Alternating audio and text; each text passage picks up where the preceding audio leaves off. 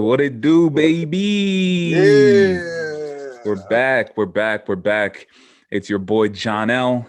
I'm here with my guy Cash Walkin, and we are designated reports heat check. Price Cash. How we feeling today, man?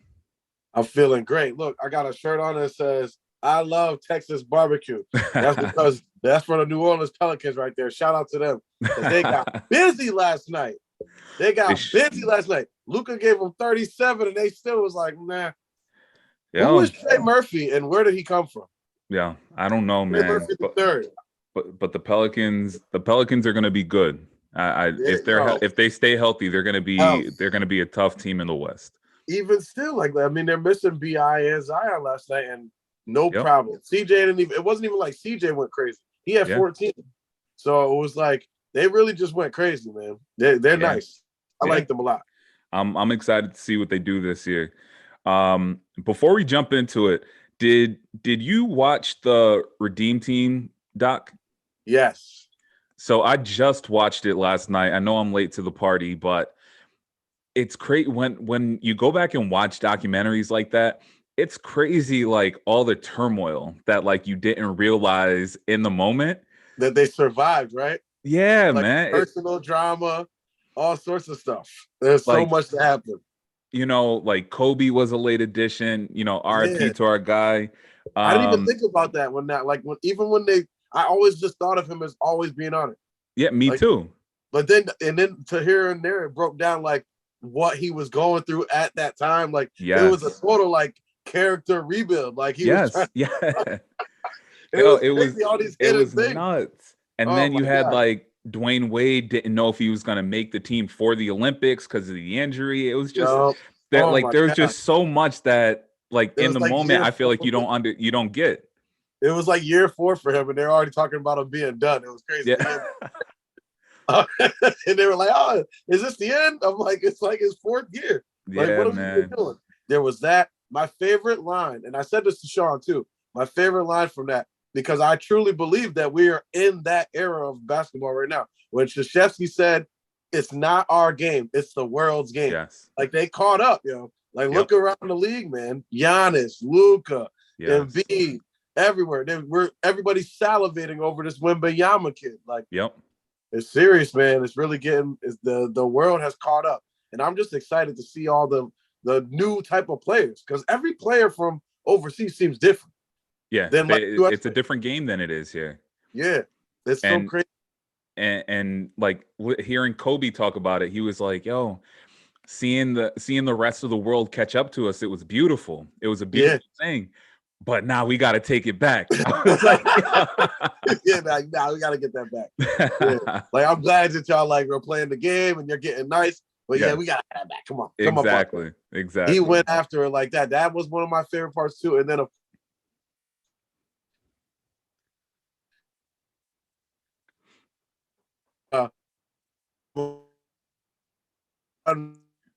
$2 like everybody was shocked for that. Yes. Yep.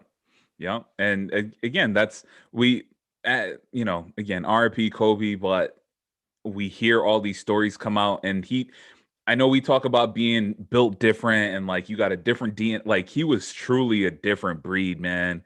And all he wanted to do was win, and you can't not respect that. That was another thing. They went out and like he's on his way. They were coming in the hotel, and he's on his way back to the gym to work out already. And Melo was like, "Dad." Yo, and that was how bad that makes you feel. Like you feel bad. You think you're looking bad.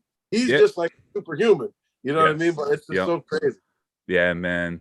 I loved it. I loved, obviously a lot about Kobe, but just hearing again, like there was turmoil. Like they weren't winning for multiple years, and just the way that they were able to pull everything together. If anybody hasn't seen it, definitely a must watch. It was phenomenal. Honestly, I wish it was longer. It was only like an hour and a half, but great watch. Yeah, great watch. I wish that was like how The Last Dance was. Like I feel like The Last Dance need 10 parts. This needs 10 parts. I feel like this needs, like, there's more of that story that they could have told just for even that short period of time. And I was just like, it was so crazy when they were showing each game, I was like, oh, I remember this game. It took you back. I was like, I remember this game. I remember when Kobe did this. I remember when LeBron did that. I remember when D-Wade went off against these dudes in the fight. Like, it was so crazy. So crazy. Man. Great. Definitely highly recommend. Yes, absolutely. Absolutely. So I don't want Heat Check to turn into a bash Russell Westbrook segment every week, but we do have to talk about it. Russ isn't playing tonight because of a hamstring. But the question is, the Lakers have not won a game yet. Should the Lakers bench Russell Westbrook? So look, I think it goes. I don't know the inner workings of their front office and like inside their locker room. So absolutely. I don't want to make a decision like that. But this is a basketball show. We're talking and we're trying to guess, project what we think is going to happen. If it was me, I would already. If I was Rob Pelinka, I'd already be trying sitting him down, keeping him healthy, and trying to find somewhere for him to go. Somewhere that we can send him with. I don't even know what else they would have to do. Whatever you have to send to get back. So either draft compensation, even if it's second rounders, or shooting. Any type of shooting.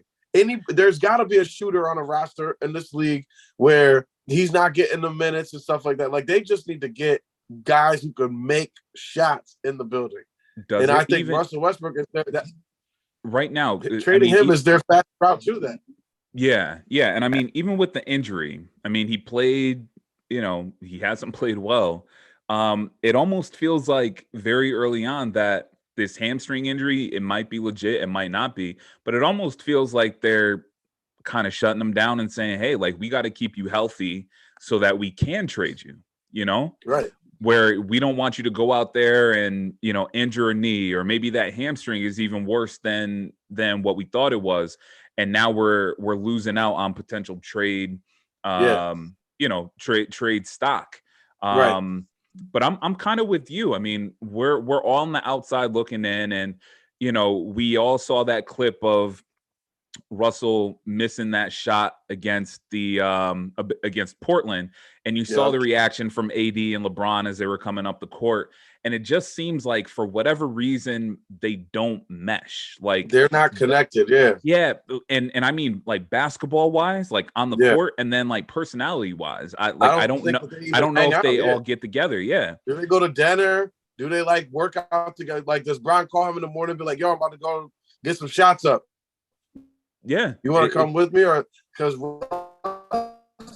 Russ strikes me as a guy who's like, he's secluded, he's to his own. He probably does put in mad work, but he'll do it like at times where nobody else is at the facility, or if they're shooting and he's lifting, and then when they're lifting, he's shooting. Like, he seems like a guy who puts in work by himself. You don't see him in these like pro-ams or in these summer runs that are going on in the gyms and local sports clubs all over America. You don't see any of Russ in there. So that's just it's speculation, but that is what I believe to be true. I just think at this point, if you have to just preserve the little bit of like credibility that you have that Russell Westbrook can play basketball still that's left.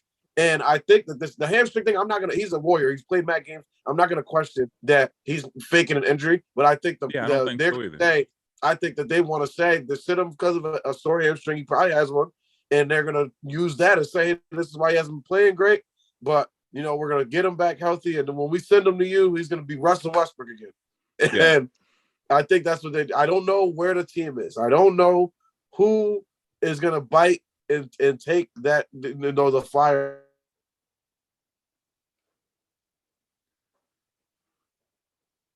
But he's got some. They all just think that he needs to be on a team that is conducive to his style, wherever that is. Yeah, I agree. I mean, we know it. He's ball dominant. He needs the ball in his hands, and really since everybody else, ever since leaving OKC, he's bounced around, and he's played with other superstars where he cannot be the main ball handler, the main facilitator, and I think that's hurt his game. So I mean, it kind of goes hand in hand. Like, can he be ball dominant and win? Because we haven't seen it. We have not.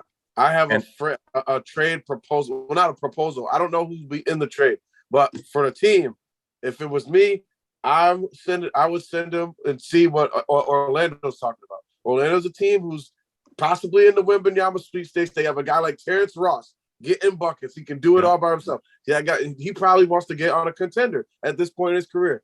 And Russ just wants out of there. You know, I think that's that what it seems you like. send Terrence Ross, maybe Orlando, they got a ton of draft picks. They got a ton of other young prospects that maybe you just send that in there to make the money fit and get Russ out of there. Send him with somebody else or a first-round pick or something to Orlando to do him a favor for taking $47 million off your books and, a potential cancer out of your locker room. I don't know if he's that, but on the court, it looks like something's wrong. I agree. That's all I can say. I definitely agree with that. So we're gonna put Russell on the we're gonna put him on the bench during heat check until something happens. Either he starts playing better or he gets traded. I mean, there's not much to talk about the Lakers, or there's not much to say about the Lakers right now. They don't look good. Obviously, they haven't won a game yet, but it's still early. So the jury's still out on them. We'll see what happens if Russ gets moved or if they're able to make it work. So earlier in the week, we saw Shaq on the Big Podcast, and the conversation shifted towards Joel Embiid, who he has spoken about on numerous occasions. I think in large part because we know Shaq is this big dominant player in the NBA for so long, and Shaq wants to see that from Joel Embiid. Right. In that podcast episode, essentially Shaq said that he expects Joel Embiid to be a unanimous MVP in this league. This season, right, moving forward. Oh. I mean, is that realistic? We'll start this season and then we'll look broad. So this season, I know it's extremely early, but I cannot imagine the way that he has come out playing so far this season. And it's not that he's even played bad. He hasn't been aggressive. Yeah. He hasn't been hunting for his shot. He hasn't been attacking the rim and trying to get to the line all the time.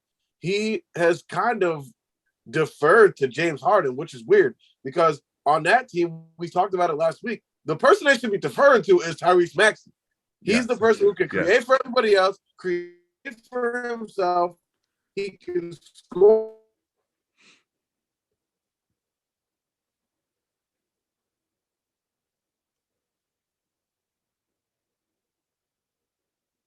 You froze on me.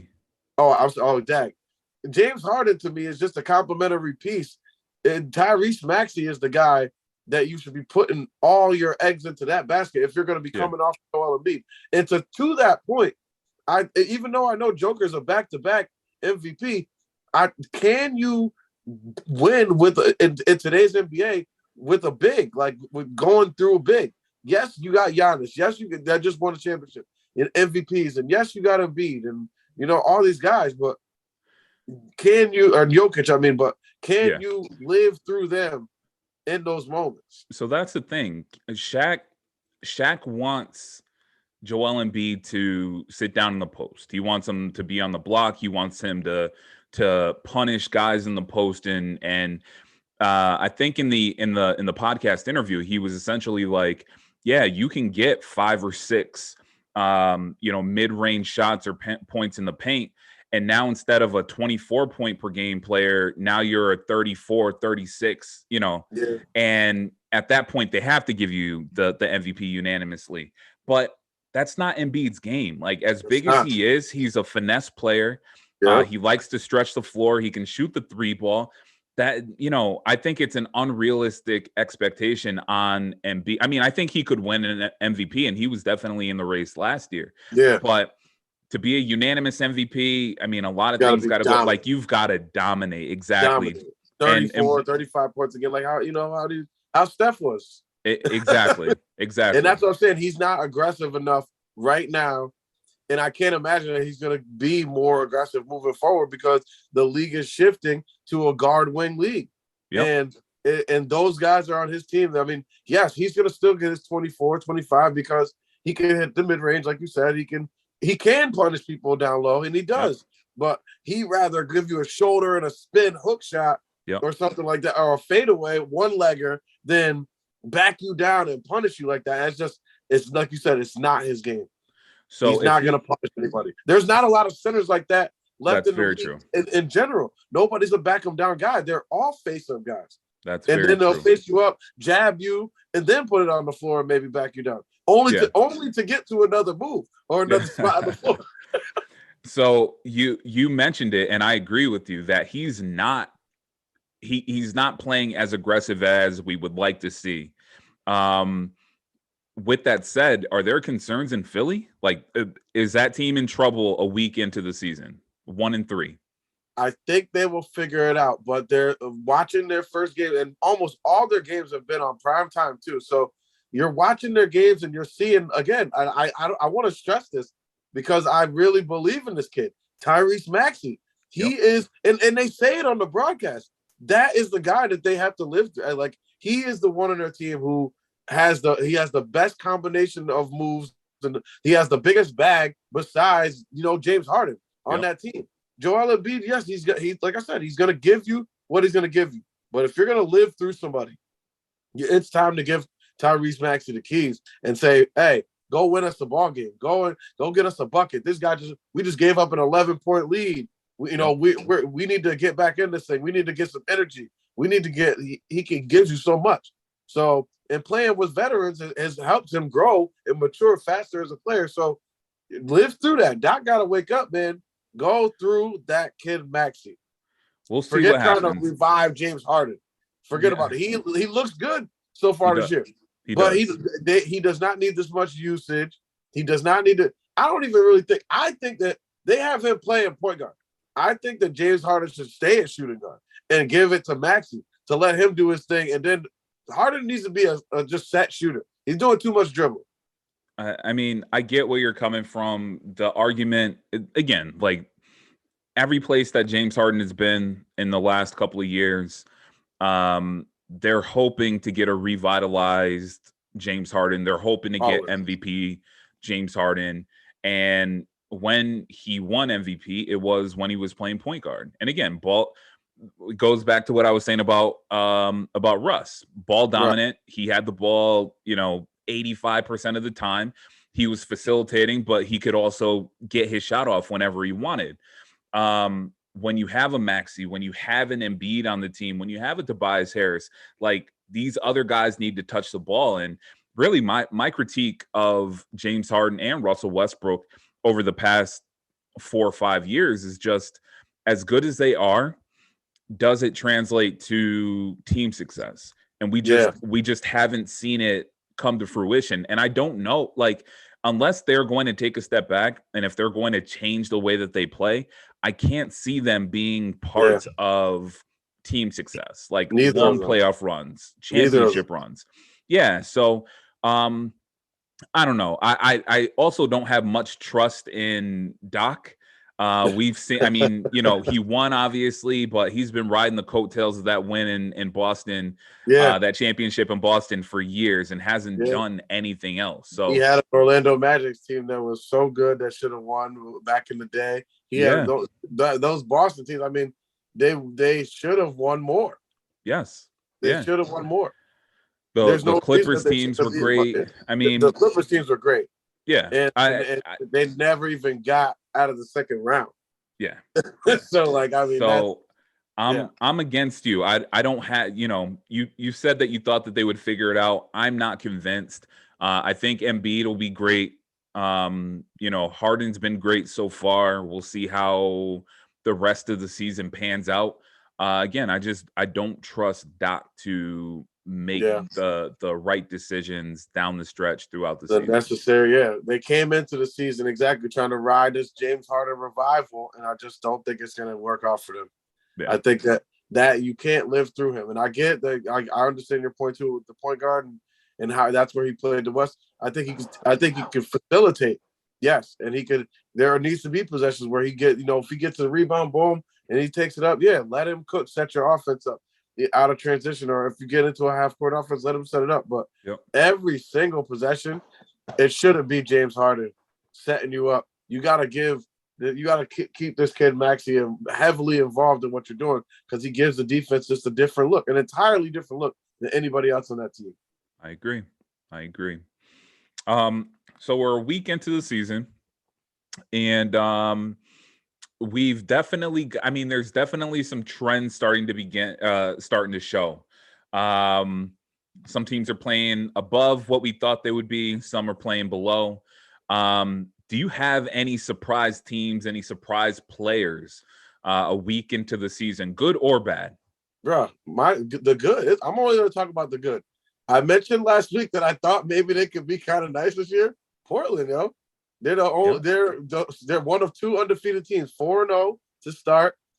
Even though we talk about the Lakers and how they're not where they want to be, but that was an impressive win. They went in there and got, and I mean, they look good. It's a nice blend of youth and veterans. Over there. I mean, they got Nurkic, they got Grant. They got Dame is playing at an extremely high level coming out of the gate. He's averaging 33 a game. He's killing right now. So I like what they're doing over there. I like that they're letting this kid Shaedon Sharp get his feet wet in there.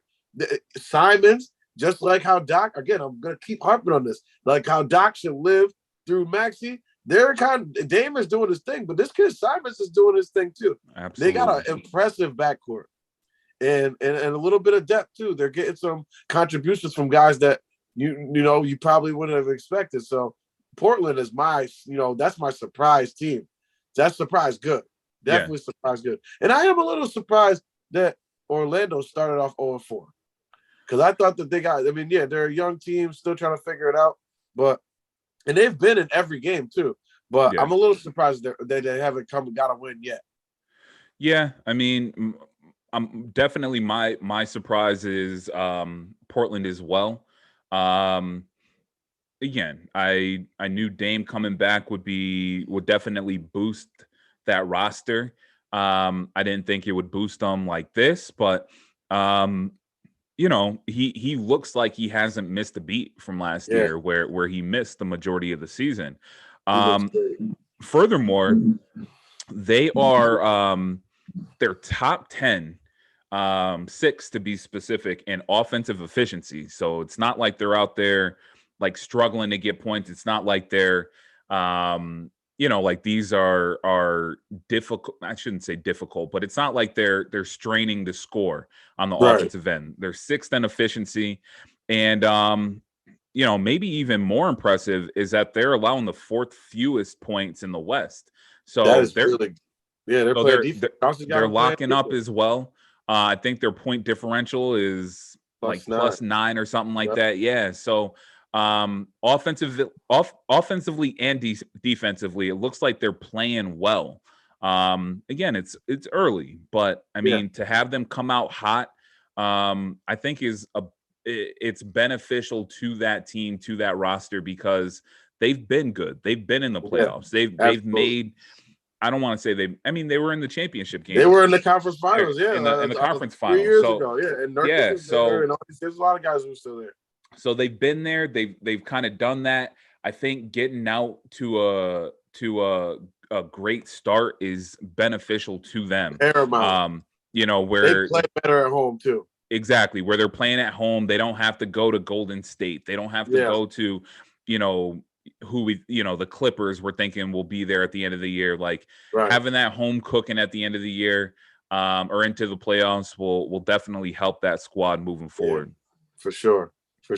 And another just surprise. I'm just looking at the standings, and again, we know it's only a week of the season, but Utah, San Antonio, what are you doing, baby? Y'all supposed to be tanking. Exactly. 3-1 for real? They beat everybody. San Antonio came up here and beat up on Philly. Yo, I was Utah, like, what are y'all doing, baby? Utah sold everybody, and they're out here winning. Like, nah, that's not what we're trying to do. What you think Trader Danny about to get for Lori marketing at the deadline? He about to get like 4 more picks. Yo, and that's the thing. Like, players don't tank. Players don't tank. They're gonna go out and they're gonna play. And Danny's up there like, damn it, I gotta get rid of more of them. The front office might tank, but players are always gonna go out and play. So yeah, man. That's crazy. But San Antonio, they got some good young people. It's like crazy. They get rid of DeJounte Murray. Yep. And they're like, all right, we're gonna be all right with what we got. And they got, what is it, Trey Jones, and they got Devin Vassell, Carter Johnson got some good young players over there. Yeah. So yeah, it's starting to come together. Pop definitely not tanking. Nah, Pop's not going to tank either. And you know what's funny now that you know, in mentioning Pop, before the season, or I think it was media day, he came out and was like, this team stinks. Like, we're not going to make the playoffs and this, that. And I remember it being a big story of like, why would Pop say this? And he's one of those coaches that you just have to trust. You know, like, you got to trust him. You got to trust the process, where he's probably telling us that team stinks. But in the lot, I mean, on the one hand, it's probably motivating these young kids to go out and be like, Pop thinks we stink. Like, nah, we're going to come out. We're going to ball out. But at the same time, Pop is probably in the locker room like, nah, he's like, we've definitely got some work to do, but you guys are talented. If you listen to me, I've been here, I've done this. You listen to me. I know what I'm going to put you in a position to win, you know? And, you know, at least early on, they're definitely winning. I like what they're doing, man. I like what they're doing down there. But they could peel it back because Wembanyama will really help. That's Pop really, like, deep down, you know, he's seen the kid play and he's like, oh, I would love to have him. But I'm not gonna lose for him. Like, you know, exactly. It's one of those. Place the wrong culture. I feel like tanking teams don't. How many tanking teams have come and actually won a championship? To my knowledge, zero. Yeah, and you know, it's different in basketball because you could have the worst team and not get the first pick. That's what I'm saying. So just keep playing. Yeah. Everybody keeps saying, like, for the Knicks, like, oh my God, they gotta trade Randall. Trade 40. At least Randall's playing. Somebody actually said Julius Randall's playing good, so trade him so that we can, you know. I'm like, losing games doesn't matter. That year that Memphis got Ja Morant, they had like 25 more wins than the Knicks. Yeah, they were. I think that they were like the very last team not to make the playoffs. They were like the 14th or 15th, like, great best odds to get a top 3 pick, and they somehow ended up in getting number 2. And that's that's. Go out and win, yo. Bring your kids out there. Just play. And tell them to win. Just play. Yeah. I'm with you. I'm absolutely with you. So to kind of shift gears, I mean, it's still basketball related, but it's a little different. Yay. He's in the Kanye. Yeah, yay. He's in the news all the time, seemingly for all the wrong reasons. And a couple weeks ago, he was on the podcast with Noriega, Drink Champs. Drink Champs, yeah. And basically, he was just going up there doing his typical Kanye thing. And he said that he could say anti-Semitic things and Adidas could not drop him. And sure enough, Adidas dropped him. And obviously, we know he has his Donda Sports, and he has a couple of big names signed to him. Aaron Donald in the NFL and Jaylen Brown of the Boston Celtics. So initially, Jaylen Brown came out and he was just kind of like, I don't condone what Kanye or what Ye said, but I plan on staying with Donda Sports. 24 hours later, he recanted that. He came out and said, you know, he backtracked and basically apologized and said that he was leaving Donda Sports. Yeah. So I truly don't want to turn this into a conversation about what Kanye said or anything like that. But I want to ask. Yeah, but I want to ask you this. Is it on the athlete? If you were an athlete signed to an agency or whatever the case is, and the owner, the CFO, the COO, they had views that you did not believe in.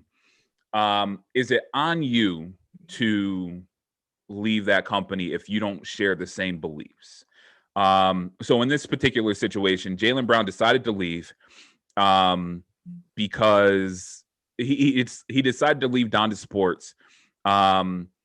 Should he be, if he decided to stay, should he have been judged for staying because of what Kanye said? So it's tough to say. Like, I mean, this is business, and he's looking out for his brand. He doesn't want his brand to be associated with anything having to do with anti-Semitic comments, clothing, anything. And his brand is completely. His brand is being managed or sold basically by that agency, and the head of the agency is saying, is doing those things. So should he be? No, I don't think he should have been. We shouldn't ridicule him if he wanted to stay from a business standpoint, but we wouldn't understand it. Like, nobody, dude, this is a sinking ship. Like, this is the emperor. The empire is on fire right now. Mount Vesuvius has it's erupted. Everything is going. Everything is burning. Like, get out of there. So that is the way that I'm looking at it. So, like, I mean, you could ridicule him from a standpoint of, like, why from a business standpoint would you stay there? But I personally would not have, like, because we don't know what his bag he's getting like and stuff like that. Exactly. Some things are bigger than that. We don't know what type of things, or if there's a penalty if he leaves, or if it's going to cost him money to get out of that. We don't know what the terms of that deal with them is. It could have been some janky stuff. Who knows? But I wouldn't hold anything to either any of the athletes signed to that agency for doing that, for staying on. But I do commend them for leaving and making that. It's a smart business move, and morally it is correct. Yeah, no, and I'm totally with you. I'm totally with you. And I mean, we're using the Ye and the Jaylen Brown just because it's been in the news. But I mean, it could be as simple as not as simple, but it could be something a little less extreme than being anti-Semitic or, anything like that. If it's just the way that I see it is that if I have core beliefs, whatever those beliefs are, kind of regardless of how much money I'm making or how they're helping to build my brand, if I'm not in line with, if what I believe is not in line with what they think or how they're moving, then I do think it's incumbent on me to make that decision and move on.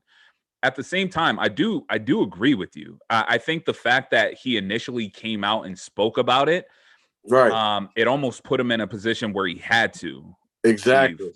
Whereas you do know what's going on, but you're going to choose to stay there. It's like you're kind of inviting it. If you are going to stay, like, because you can't come out and condemn the behavior and then be like, but I'm going to stay. Exactly. Exactly. So if he didn't say anything at all, I think it would have been nobody would.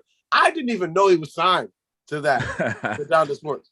So I had no idea. So if he never said anything, I don't think a lot of people would have looked into it. I agree. And that's kind of what I was getting at. I think if he hadn't come out initially and said anything, like if he would have just, the news came out and he just kind of stood pat. And again, I don't know the details of his agreement or how much money he's making or anything like that. And honestly, I don't care that much. But if he didn't say anything and it was just business as usual, and he went on playing whatever they're doing for him, they provided those services, I don't think it's an issue necessarily. Again, it's a personal issue for him, whether or not he wants to be involved with it. But the fact that he mentioned it, like you said, he mentioned it and was like, hey, like, I don't agree with what he's saying, but I'm making a whole bunch of money, so I'm going to stick. That's when people are kind of like, Jay, like where do your values lie? Exactly. So I'm with you. I'm definitely with you. Like, me personally, and I don't want to speak for you, but probably you as well. Like, if your core values don't align with the people that you're working with, you'll probably separate yourself from them. But, I definitely would. Yeah, but I don't think, like, if that was me, if I was in that situation as Jaylen Brown was, like, I'm out of there. Like, I definitely would have left. No, I wouldn't even have to do a statement or anything like that. I would have been out of there. Yeah, because I'm like, bro, you about to mess up all our bread over here. Like, come on, man. I obviously don't feel like that, but that was a stupid thing to do. Say it was bad for business. Yeah. So that's the one thing that this dude is missing. Is like, bro, your name, everything about you is tied to these businesses, and it affects other people. So this is crazy stuff, man. Yeah, the empire is literally burning. Yeah, and I mean, there's really not much to say about Ye. It hurts as somebody our age that grew up. Like, he came out in 05, I think, or 04, something like that. Bro, that's so much. With College Dropout. Yeah. So, I mean, that was right around the time, we were formative years, Yeah. The music was great. We were doing music at the time. The music was incredible. The sampling, everything. So, like, I miss the old Kanye. It's like, yeah, I do miss the old Kanye. And you say it's bad for business, and it's true, but I think he's beyond that point. When you're a billionaire, yes, you're watching, like, you only get to be a billionaire by watching your money and making smart decisions. But he's a billionaire. Like, he's not worried about money necessarily. He's not necessarily worried about these businesses that he's tied to. I think he has this thought, this belief that, and maybe he has this thought, this belief that he himself can do whatever he needs to do. Like, he doesn't need a big brand to sell his clothes or to sell his shoes. But finally, that's what I said. I tweeted today. This was the thing that he'll never come back from. You're probably right. You can't be messing with them. You can't mess with them. They're off limits. And any type of inappropriate comments, off limits. No, it's very sensitive. And I just, as a hip hop fan, I'm always gonna love the music from back in the day. Yep. But I'm not even gonna put a Kanye quote up no more. I'm disassociating myself from that too. Like, one of my favorite songs all time still is a Kanye West song. Can't Tell Me Nothing. Yep. Like, so much of my swag is linked up and woven into how Kanye was. The braggadocious feel to saying what I want and just not care. I get it, but I got a filter. Yes, you do. Yes, you do. I got a filter. But hey, heat check. It's another episode down. Great conversation, bro. We're going to be right back at it next week. I can't wait. Anything you want to mention before we get out of here?